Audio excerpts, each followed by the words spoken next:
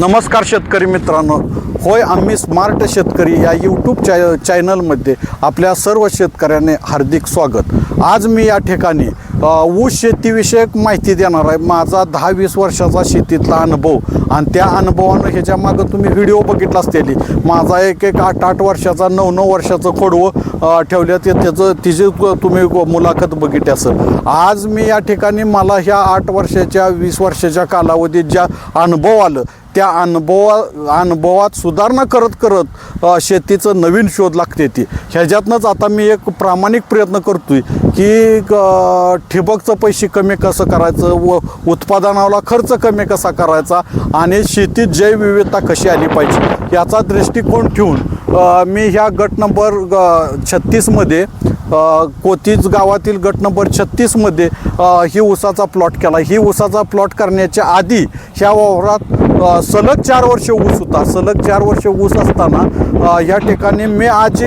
Practically अनुभवलं आणि त्याच्यातनं काय सुधारणा करून कसा ऊस लावायचा ही दृष्टिकोन ठेवून त्याच्यातली जी मर झाली ती काढण्यासाठी आता ह्या ठिकाणी पुन्हा ऊस लागण केली आहे। तर ऊस लागण करताना मशागत काय केली आता पहिल्यांदा सांगतो। ही वावर पहिलं 4 वर्ष ऊस लावलेलं होतं, त्याचा फक्त बोंड्यावली खुडकी काढण्यासाठी रोटर मारला। रोटर मारल्यानंतर 1 महिनाभर पाऊस लेट झाला होता। एल निनोचं संकट असल्यामुळं पाऊसकाळ लेट झाला, त्यामुळं मी लागणीला थांबलो आणि लागणीला थांबल्यानंतर जरा पाऊस पडला त्यावेळेला ही लागण करताना काय केलं की ह्या पूर्ण 30 गुंठ्याच्या क्षेत्रामध्ये कोथिंबीर इसकाटून टाकली। अशोका ह्या नावाची अशोका 30 डेज म्हणून जी कंपनी आहे त्या कंपनीची कोथिंबीर ह्याच्यात सगळ्यात मिळून 13 किलो बियाणं टाकलं आणि 13 किलो बियाणं टाकत असताना ह्या सर्व पट्ट्यात 13 किलो बियाणं संपूर्ण क्षेत्रात इसकाटून घेऊन रोटर मारला आणि रोटर मारल्यानंतर काय केलं तर ह्या साईडला आपली सबलाईन आहे, ह्या सबलाईनीपासून प्रत्येक 10 फुटावर एक ठिबकची पाईप हातरून घेतली। एका लाईनीत एका दोरीत ती पाईप दगड ठेवून बांधून घेतली आणि त्या ठिबकच्या 10 फुटाच्या लाईनीच्या ही ठिबकच्या आता लाईन आहे। तर ह्या ठिबकच्या लाईनच्या आपण काय केलं इकडं 1.5 फुटा ऊस लावला आणि इकडं 1.5 फुटा ऊस लावला। पण हे करत असताना आपण काय केलंय पहिल्यांदा ऊस कोथिंबीर इसकाटली, कोथिंबीर इसकाटल्यानंतर रोटर मारला, रोटर मारल्यानं दुसऱ्या दिवशी आपण पाईपा हातरून घेतल्या 10-10 फुटावर 10-10 फुटावर पाईपा हातरून घेतल्यानं तिसऱ्या दिवशी आपण काय केलं ह्यो ऊस ह्या पाईपपासनं इकडं 1.5 फूट आणि ह्या पाईपपासनं इकडं 1.5 फूट असा ऊस लावून घेतला। ऊस लागण झाली की आपण लगेच त्याच्या दुसऱ्या दिवशी नंतर काय झालं आपण कोथिंबीर सगळी इसकाटून घेतली। कोथिंबीर उसकाटून घेतल्यानंतर रोटर मारला, रोटर मारल्यानंतर त्याच्या रोटर मारल्याच्या दुसऱ्या दिवशी आपण सर्व ठिबक हातरून घेतली आणि ठिबक हातरून घेतल्यानंतर आपण बरोबर 4थ्या दिवशी ह्याच्यावर बरोबर 4थ्या दिवशी ह्या ठिबकच्या ह्या बाजूला 4थ्या दिवशी ह्याच्यात गोल आणि थोडं तण होतं आणि कोथिंबीर तण उगवण होती म्हणून ह्याच्यावर गोल आणि मिरा 71 गोलचं प्रमाण लिटरला 1 मिली, एका पंपाला 12 मिली गोल आणि 1 पुडी मिरा 71ची असं सर्व क्षेत्रावर तणनाशक फवारून घेतलं। तणनाशक फवारणी झाल्यानंतर दुसऱ्या दिवशी आपण काय केलं ही ठिबकची लाईन आहे, हिथनं इकडं 1.5 फुटावर ऊस आणि हिथनं इकडं 1.5 फुटावर ऊस अशा पद्धतीनं ऊसाची लागण करून घेतली। त्यामुळं काय झालं की ह्या पाईपाच्या ही 1.5 फूट आणि ही 1.5 फूट असं 3 फूट अंतर गेलं। 3 फुटाच्या दोन्ही सरीला एक ठिबक टाकली आणि ह्याच्यानंतर ती पडेल आपलं अंतर 7 फूट पडलं। परत 3 फुटावर 2 वळीनं सारी आल्या आणि अशी लागण केल्यानंतर लगेच ऊस लावला। त्याच दिवशी आपण काय केलं ही एक ऊसाचं ठोंब 2 फुटावर ही दुसरा डोळा लावला। ह्या 2 डोळ्याच्या मधोमध आपण इथं टमॅटोचं एक आळं लावून घेतलं आणि टमॅटोचं आळं लावून घेण्याचा उद्देश सांगतो तुम्हाला। हे आता मी लावत असताना ही करत असताना ही पिकं 4-5 पिकं एकाच वावरात कशी घ्यायची त्याचं मार्गदर्शन करत असताना तुम्ही सर्वांनी शांतपणाने ऐकून घ्यावी ही इच्छा व्यक्त करतो। आता काय केलं आपण ही ऊस लावला ह्या दोन्हीच्या मध्ये हे टमॅटो लावला सगळ्या वावरात कोथिंबीर आहे आणि त्यानंतर काय केलं होतं ही ठिबकची लाईन आहे। ह्या ठिबकच्या लाईनच्या ह्या बाजूला एक शेंगदाणा आणि ह्या बाजूला एक शेंगदाणा अशी शेंगदाण्याची लागण करून घेतली। म्हणजे काय झालं आपली ठिबक हाताळली, ठिबकच्या शेजारी 6 बोटाव इकडे शेंगदाणा 6 बोटाव इकडे शेंगदाणा 1.5 फुटा ऊस आणि ऊसाच्या बाहेर एक 4 इंचावर टमॅटोचं रोप.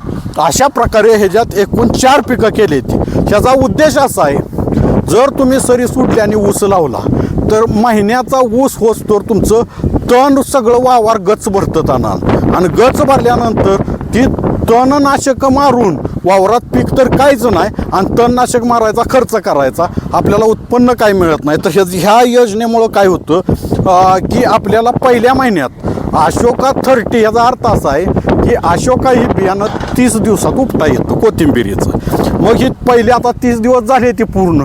आता ह्या 30 दिवसात आपलं ह्या काही कोथिंबीर आता दाखवते ती, ही कोथिंबीर उपटाय चालू आहे. आतापर्यंत ह्याच्यात 4000 पेंड्या निघाले. त्या अजून एक 4000 पेंड्या निघतेल्या अशी अपेक्षा आहे. म्हणजे 8000 पेंड्या झाले. त्या दर जरी पाक आता डाऊन आहे, 5 रुपयाला पेंडी ह्या दराने निघला तर आपला खर्च का बघा, 40,000 रुपये झालं. आपला खर्च झाला होता 8000 रुपये, 8,500 रुपये कोथिंबिरीच्या बियासाठी, 8,500 त्यातनं वजा झालं, राहिला समजा 30,000. ह्या पेंडीला 8000 पेंड्या उपटायसाठी 8000 खर्च येतो. 8000 वाहतुकीनं मार्केटपर्यंत जाण्यासाठी 8000, 8 त्रिक 24, 25,000 रुपये आपला समजा खर्च झाला कोथिंबिरीला. तर आपल्याला 15-20,000 रुपये मिळालं एका महिन्यात. पहिल्या महिन्यात आपल्याला ऊसाच्या पिकातनं 25,000 मिळालं. त्यानंतर आपलं काय होणार आहे, 3 महिन्यानंतर ह्या 2 ऊसाच्या मध्ये ह्यो टमाटा आहे. हे काय करायचं आपण, टमॅटोला ज्या वेळेला इथं वाढत असं वर जाईल आणि टमॅटोला फुलं फळं लागायला लागली, एक सुपारीसारखी फळं झाली की ही झाडं उचलायची आणि ह्यो 7 फुटाचा पट्टा, ह्या 7 फुटाच्या पट्ट्यात मुकळी टाकायची. त्याला तार करायची नाही, काठी करायची नाही, काही सुद्धा करायचं नाही, अगदी औषधसुद्धा फवारायचं नाही. तरीसुद्धा गेल्या वर्षी आपला एक व्हिडिओ होता ह्या चॅनललाच, आपण 17,000 रुपये खर्च करून जवळजवळ 1.25-2 लाखाची कमाई अशा पद्धतीने केली होती. आता पैसे शेतीतनं मिळवणं ही दरावर सर्वस्व अवलंबून असतं. आता यंदा काय परिस्थिती होती बघूया. पण ह्या दोन्हीच्या मध्ये ही एक रुवाप लावल्यानंतर ह्या टमॅटोच्या झाडाला सर्वसाधारणपणे आपण जास्तीत जास्त तोट्याचा विषय जर घेतला, मार्केटला टमॅटो नेऊ शकलो नाही तरी ह्या टमॅटोच्या झाडाला 2 किलो माल येईल. 2 किलो माल आला तरी तो जाग्यावर साडला तर ती 2 किलो खत झालं शेतीला. आज 2 किलो खत आणाय गेलं तर कमीत कमी 10 रुपये खर्च येतो आपल्याला. आणि ह्या 2 ऊसाच्या मध्येही टमॅटो असल्यामुळं टमॅटो द्विदल आहे, हवेतलं नत्र स्थिर करतंय आणि ऊसाला पुरवतंय. त्यामुळे तो टमॅटो आपल्या तोट्याचा नाही. तिसरी गोष्ट, ह्यो भुईमुग आपला 3 महिन्यांनी निघणार आहे. आता काय झालंय, वेस्टर्न ह्या जातीचं बियाणं आपण घेतलं होतं, पण ते बियाणं 90% उगावलंच नाही. कंपनीचा दोष. 3,500 रुपये बियाला गेलं आणि ही वर्ण पैसा अंगावर बसलं, असं कंपनीचे फसवागिरी आहे. म्हणून प्रत्येक शेतकऱ्यानं जास्तीत जास्त न विकत काय आणता आपलं घरचं बियाणं तयार झालं पाहिजे, हे दृष्टिकोन ठेवून शेती केली पाहिजे. एक आपलं ह्याच्यातलं पीक फेल गेलं, दुसरी कोथिंबीर, तिसरा टमॅटो.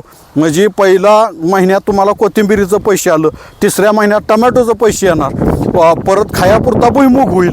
आणि त्याच्यानंतर आपण काय करणार आहे की ही जी अंतर ठेवलं आहे 7 फूट इथं ही ह्याचं नियोजन काय आहे तर भविष्यात आपलं या नळीपासून अंतर आहे हे 1.5 फूट आहे, इकडं 1.5 फूट आहे. ह्याचं टॉम पसरत इकडे 1 फुटावालं, इकडे 1 फुटावालं, तर 1 फुटच अंतर होतं. त्याच्यामुळं जर पुढल्या वर्षी ऊस तुम्ही खोडवा ठेवला तर एखादं बॅट जळलं, समजा एकरात 200 आळी सांधायला लागली तर 200 आळी सांधून गेली तर तुमचा ऊस पाताळ होणार नाही. आता सध्या काय आहे, आपण सरळ 4 फुटानं, 5 फुटानं, 5.5 फुटानं, 6 फुटानं, कोण 4 फुटानं अशा पद्धतीची लागणी करतो.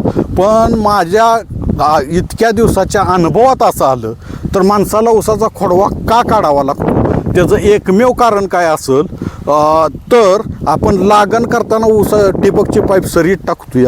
ऊस फोडल्यानंतर ऊस जातोय भुंड्याला, ठिबकची पाईप टाकतोय सरीत. आता नैसर्गिकदृष्ट्या विचार जर केला तर डबऱ्यातलं पाणी चढाव जाईल का चढावलं पाणी डबऱ्यात येईल, तर त्याचं उत्तर आहे चढावलंच पाणी डबऱ्यात येतं. त्यामुळं आत्तापर्यंत आपण लागणी केल्या त्या संपूर्णपणे चुकीच्या आहेत. त्या यांत्रिकरण म्हणा किंवा आपला गैरसमज किंवा अनुभव कमी, असं मला म्हणायचं नाही की जगापेक्षा मी लय शहाणा आहे, पण करत असताना शेतकऱ्यानं प्रयोग करूनच आत्तापर्यंत शेतीची प्रगती गाठली. त्या पद्धतीचा हा माझा प्रयोग आहे. आता ह्या प्रयोगात यश किती येतं आहे, अपयश किती येतं आहे, हिथनं पुढल्या ह्याचा 10 वर्षाचा आपल्याला अभ्यास करावा लागेल, ह्याच्या 2 वर्षाची ट्रायल घ्यावं लागेल, ह्याच्यात उत्पन्नात वाढ होती कमी. पण माझी 100% खात्री आहे ह्याच्यात 1 रुपयाची सुद्धा घट येणार नाही, 1 टनाची सुद्धा ह्याच्यात घट येणार नाही. दुसरी गोष्ट, आपण दुसरा दृष्टिकोन काय ठेवला आहे, आपण खोडवा काढतो का, तर त्याचं कारण असं आहे, ऊस पाताळ झाला तर आपल्याला खोडवा काढावा लागतो.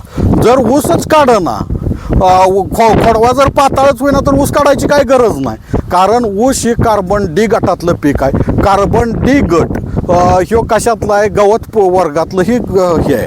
मग गवत आपण काय जंगलातलं गवत कधी कापतो, बांधाचं गवत कापलं तर वर्षानुवर्ष येत असतं. तसं ही पीकसुद्धा यायला पाहिजे. पण आपण पाणी देण्याची व्यवस्था डबऱ्यात केल्यामुळं त्या बुडक्याला पाणी मिळत नाही, त्यामुळं ऊस जळते. तर त्याच्यासाठी आपण ही योजना जवळ 2 साऱ्या मध्ये 7 फुटाचं अंतर ही योजना केली. आणि दुसऱ्या वर्षी आपल्याला आंतरपीक घेता यावं. कारण कायम एकदल पीक जर असेल तर तिथं नत्राची कमतरता जाणवती, ऊस पिवळा होतो. आणि ऊस पिवळा होणे त्याला नत्र मिळावं, ह्यासाठी ह्या 2 थोंबातलं अंतर आहे आपलं 2 फूट.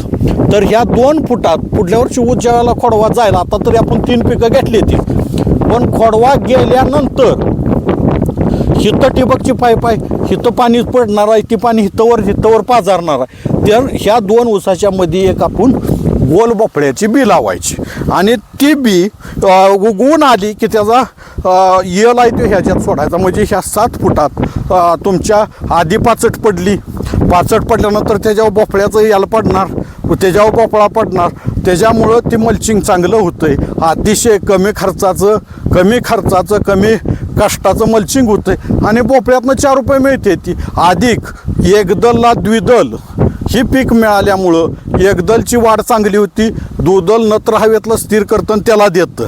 तर त्याच्यामुळं ह्या ऊसाला पोषण करण्याऐवजी ऊसातनं आंतरपिकातनं जर वर्षी आपण आंतरपीक घेऊ शकतो. आणि जर वर्षी ऊसा इतकं उत्पन्नसुद्धा कदाचित कमी जास्त होईल, पण इतकं समजा ऊसातनं आपल्याला 1 लाख रुपये वर्षाला मिळालं तर ह्या भोपळ्यातनं 5-50 हजार लाखभर रुपये आपण मिळवू शकतो. आणि शेतकऱ्याचा कमी खर्चात फक्त ह्याला आता इथनं पुढं 20 वर्ष ऊस जरी ठेवला तर परत कधी कुळपायचं नाही, बांगलायचं नाही, ह्याच्यात अवजार काय फिरवत. पहिल्या वर्षीच काय ह्या 7 फुटातली भर आहे ती ह्या 3 फुटाला लावून घ्यायची. ही 3 फुटाचं बेड ऐवजी वाढत जाऊन 4 फुटाचं 4.5 फुटाचं बेड होईल, 5 फुटाचं रिकामं बेड होईल. त्याच्यात पाचट बसल, याल बसलेली सगळं बसल. आणि हिथलं खत ह्या पिकाला उपलब्ध होईल. तुम्हाला ठिबक हलवायला लागणार नाही, फोडणायला लागणार नाही. आणि कमीत कमी खर्चात 0 बजेटमध्ये ही शेती होऊ शकते. हे पहा शेतकरी मित्रांनो, ह्यात आपण जी लागणीला जात निवडली आहे ती 86-032 ह्या जातीचं बियाणं निवडलं आहे. आणि बियाणं निवडत असताना सुद्धा मला शेतकऱ्याला विनंती एक सांगायची आहे की आपण आता सगळीकडं जवळजवळ शेती क्षेत्रात असा उद्योग होऊन बसला आहे की सर्वजण काय माणसं करते ती की आयती रोपं आणते ती आणि ती रोपं लावते ती. पण त्याच्यात काय होतं आहे, त्याला 2 वेळा आळवणी घालायला लागतं आहे, आमकं करायला लागतं आहे. तर का करावं लागतं, तर आईचं दूध त्याला मिळत नाही. आईचं दूध याचा अर्थ काय, समजा ऊसाची एवढी कांडी आहे तर आपण ऊसाच्या कांडी करत असताना प्रत्येक शेतकऱ्याला 1 डोळे कांडे करत असताना डोळ्याच्या पुढं आपण 1 बोट आणि मागं 3 बोट अशी कांडी तोडत असतो. आणि ह्या ऊसाच्या कांड्यात जे अन्नद्रव्य साठलेले असते ते ऊसाचा रस, त्याच्यावर पुढला ऊस तो 1 महिना जगत असतो. परंतु काय होतं, रोपवाटिकेत ह्यो डोळा एवढाच काढला जातो, त्यामुळं अन्नरस शिल्लक राहत नाही, त्याला मुळी फुटती. पण जमिनीत आल्यावर महिना 1.5 महिना ती अपडेट करायला लागतं. आणि जर आपण कांडीचा ऊस लावला तर कांडीचा ऊस ह्यो आईचं दूध मिळत असल्यामुळं अतिशय तावात वाढतो. इथून पुढे प्रत्येक शेतकऱ्यानं जास्तीत जास्त बघा. आणि पैसे किती जाते ती, 1 ऊस जर आपण 3 रुपये किलोनं विकतो, एका ऊसाला कमीत कमी 12-13 डोळा असते ती. आणि त्या 13 डोळ्याचं आपण 26-27-30 रुपये देतो या. आणि 2.5 रुपये 3 रुपयानं डोळा घेऊन लावतोय, तो आपल्याला 2.5 रुपये 3 रुपये एक डोळा लावतोय तर आपल्याला 13-14 डोळं मिळतील.